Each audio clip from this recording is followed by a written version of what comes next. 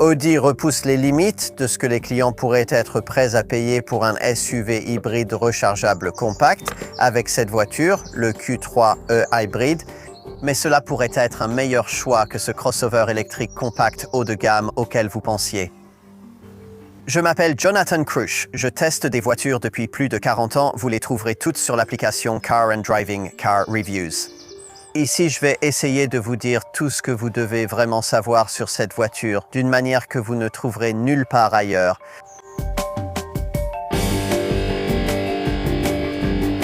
Les SUV hybrides rechargeables compacts ont augmenté de prix, mais se sont aussi nettement améliorés. Pour preuve, regardez celui-ci, l'Audi Q3 e-Hybrid. Ceci est le modèle Q3 de 3e génération. Il existait une version hybride rechargeable du modèle de 2e génération, mais elle n'a pas été beaucoup choisie car elle coûtait cher et ne parcourait que 52 km entre deux recharges de batterie. Ce nouveau modèle coûte également cher, mais il annonce désormais une autonomie réellement utile de 113 km entre deux recharges.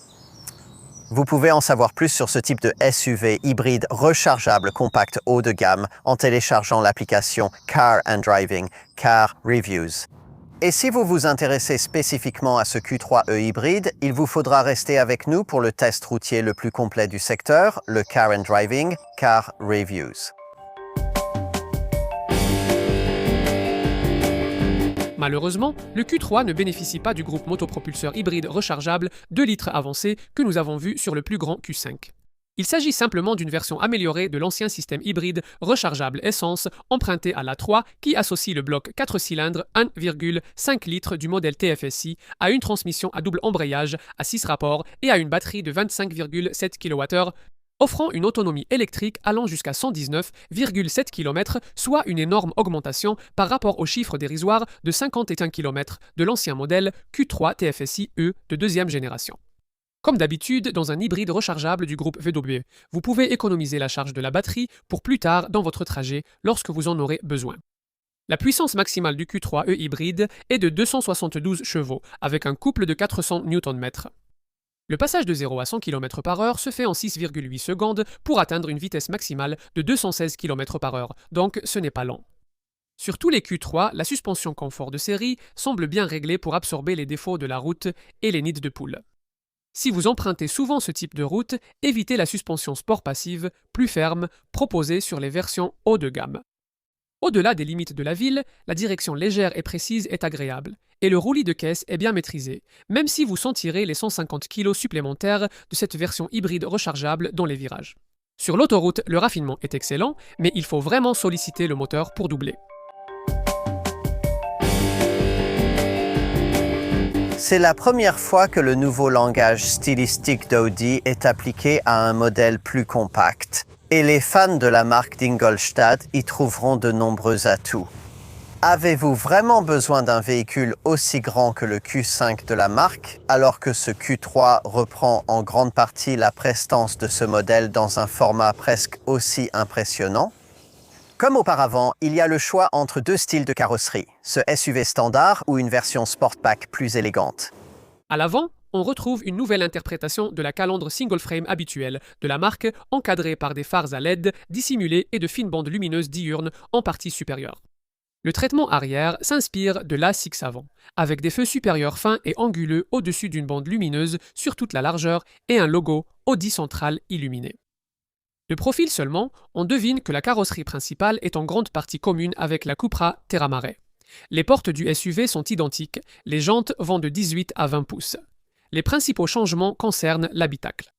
De nouveaux écrans sont présents.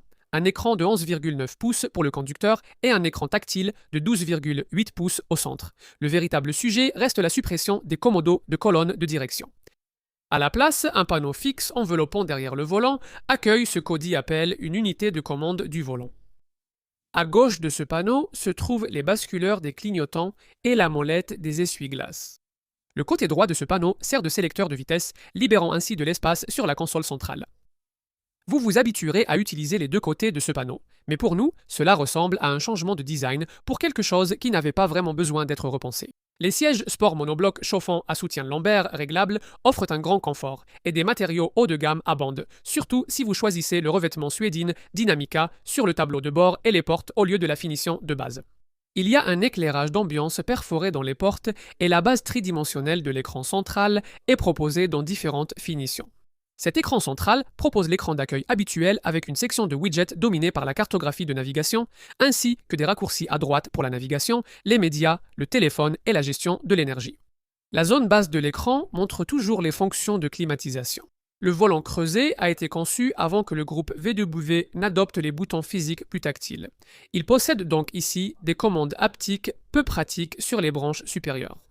L'Audi Virtual Cockpit Plus, visible derrière le volant, affiche un indicateur central de puissance breaking charge en option, les données de trajet à gauche et les infos audio à droite. Configurez l'affichage avec un graphique d'assistance élégant ou une cartographie plein écran. Et à l'arrière, eh bien, l'espace pour la tête ne change pas beaucoup, que vous choisissiez la carrosserie SUV ou Sportback. Et sur tous les modèles, la base du siège coulisse en 60-40 et le dossier s'incline. Le tunnel central surélevé rend l'installation de plus de 2 adultes à l'arrière difficile. On trouve des lampes de lecture au plafond, des bacs de porte, de grandes vitres de custode et 2 ports USB-C. Mais vous devez vous passer des commandes de climatisation arrière que vous trouvez dans une Golf. Et à moins d'ajouter le pack fonction en option, vous devrez aussi vous passer d'un accoudoir central et de poches au dos des sièges. À l'arrière, il y a un coffre de 575 litres dans les modèles SUV et Sportback à moteur conventionnel. Nous ne l'avons pas ici car c'est une e-hybride. Avec ce type de modèle, votre capacité tombe à seulement 375 litres, principalement parce que l'espace sous le plancher est tellement restreint par la batterie située en dessous. Certaines fonctionnalités utiles ici, comme la prise 12 volts, les lumières du haillon et le filet sous le plancher, ne sont accessibles qu'en achetant ce pack optionnel. L'espace du coffre varie en avançant l'assise arrière et en redressant le dossier de la banquette arrière. Et comme il y a une banquette arrière, fractionnable en 40, 20, 40, des objets longs comme des skis peuvent être glissés entre 2 passagers assis à l'arrière. Si vous rabattez tout à plat, vous disposez jusqu'à 1386 litres avec la banquette arrière rabattue dans un SUV Q3 à moteur conventionnel, ou jusqu'à 1289 litres dans un Q3 Sportback à moteur conventionnel. C'est 1293 litres et 1196 litres respectivement avec les versions e-hybrid. Comme nous vous l'avons dit dans notre section design, il y a le choix entre les carrosseries SUV et Sportback. Le modèle Sportback coûte 1500 livres de plus que le SUV. Pour le Royaume-Uni, il y a 3 niveaux de finition. Les habituels Sport, S-Line et pour les modèles de lancement précoce, Tard des options Edition One. Dès le lancement, et au moment de ce test, au printemps 2026, le prix du Q3 e-hybride essence hybride rechargeable commençait à environ 45 800 livres pour cette version SUV. De série, chaque Q3 est équipé de phares à LED avec l'assistance des feux de route. Barre de toit en aluminium, feux arrière, LED, régulateur de vitesse adaptatif, rétroviseur rabattable électriquement, vitrage avant acoustique et alarme. Il y a aussi un système Park Assist Plus avec des capteurs tout autour et une caméra à 360 degrés, un dispositif capable de vous diriger dans des espaces restreints. À l'intérieur, tous les modèles bénéficient du tout dernier tableau de bord interactif panoramique incurvé de la marque avec son écran Audi Virtual Cockpit Plus de 11,9 pouces.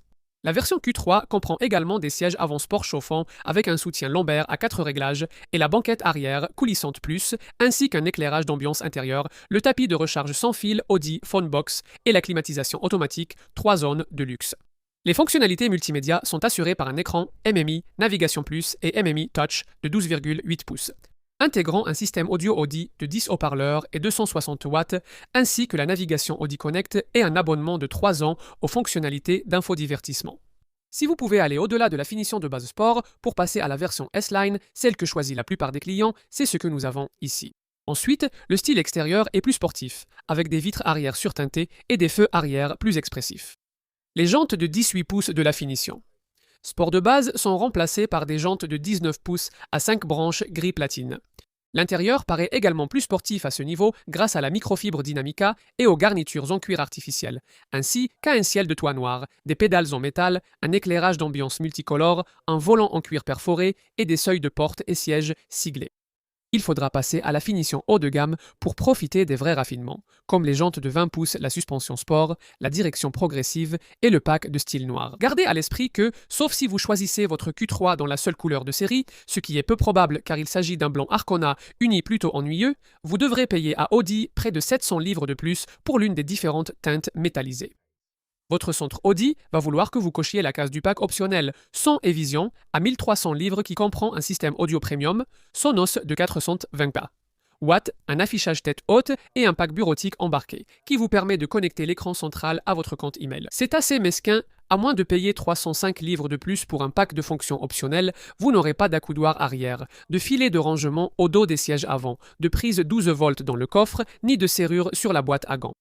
Vous devrez aussi payer un supplément pour une roue de secours galette. Le toit panoramique est proposé en option sur la version haut de gamme. De nombreuses aides à la conduite sont regroupées par catégorie sur l'écran central. Il y a des alertes pour la fatigue, la distance, la distraction et la vitesse. Les systèmes de freinage incluent l'assistance frontale active et l'assistance d'urgence qui arrête la voiture de manière contrôlée si vous tombez malade au volant. Il y a aussi l'alerte de franchissement de ligne et des systèmes qui adaptent la voiture aux limitations et la ralentissent au feu rouge. Il y a tous les airbags habituels reliés à un système d'appel d'urgence électronique. Mais malheureusement, il faut payer 350 livres de plus pour en avoir des supplémentaires. Les airbags latéraux avant et arrière avec airbag de tête et le pack d'airbags d'interaction avant que nous avons ici. Pour en avoir plus, il faut payer 1200 livres de plus pour le pack d'assistance à la conduite, disponible au-dessus de la finition de base. Ce pack inclut une direction progressive plus précise et ajoute l'assistance d'angle mort, side assist, ainsi que l'alerte de sortie, l'assistance au trafic arrière transversal et la protection proactive des occupants qui préparent la voiture à un impact imminent. Les fonctionnalités du pack d'assistance à la conduite sont également incluses dans le coûteux pack Sound & Vision Pack Pro, qui, en plus des éléments habituels du Sound & Vision Pack, ajoute également le régulateur de vitesse adaptatif, en plus d'un système de caméra panoramique plus sophistiqué. Et un système de stationnement intelligent qui mémorise les places déjà utilisées et vous y gare automatiquement comme dans un garage étroit par exemple.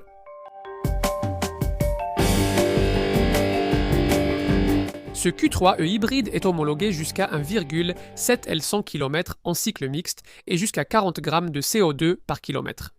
Comme indiqué dans la section conduite, cet hybride rechargeable offre une autonomie électrique officielle allant jusqu'à 119,7 km plus du double d'avant. Nous avons généralement obtenu entre 88 et 96 km lors de cet essai. Le hybride peut être rechargé en courant continu jusqu'à 40 kW, ce qui permettrait de passer la batterie de 10 à 80% en 26 minutes sur une borne de recharge rapide publique. À la maison, il vous faudra environ 4 heures pour une charge complète avec une wallbox AC de 7,4 kW que vous pouvez réduire à 2h30 avec une wallbox triphasée de 11 kW ou prolonger jusqu'à 12 heures en utilisant une prise domestique. Choisir la solution hybride permet d'importantes économies sur la taxe d'avantage en nature. Le taux d'avantage en nature est de 7%, soit presque le double de celui d'un véhicule électrique comme l'Audi Q4 e-tron, mais c'est largement inférieur à celui des versions essence et diesel classiques, qui peuvent aller jusqu'à 33 à 7%. Mais il faudra déterminer si les économies sur l'avantage en nature justifient ce prix d'achat initial nettement plus élevé. Le hybride propose un écran central affichant une section énergie, l'indicateur de charge et un graphique du flux, ainsi qu'un bouton EV pour réserver la batterie à une conduite électrique plus tard. De plus, cette section de l'écran indique les emplacements de recharge et propose des conseils sur la puissance de charge, la préservation de la batterie et la conduite électrique. En ce qui concerne l'entretien, l'entretien de votre Q3 ne devrait pas être plus exigeant que celui de l'une des plus grandes voitures de la marque. Comme d'habitude avec les modèles Audi, vous avez le choix entre un programme d'entretien fixe ou flexible, le choix entre les deux dépendant de votre kilométrage annuel probable. La garantie Audi classique est de 3 ans ou 100 000 km, rien de notable. Comme toujours avec un Q3, attendez-vous à de bonnes valeurs résiduelles. L'assurance pour cette hybride débute au groupe 30. C'est similaire aux rivaux de BMW et Mercedes, tout comme la dépréciation probable, estimée après 3 ans et 36 000 miles, entre 47 et 55%.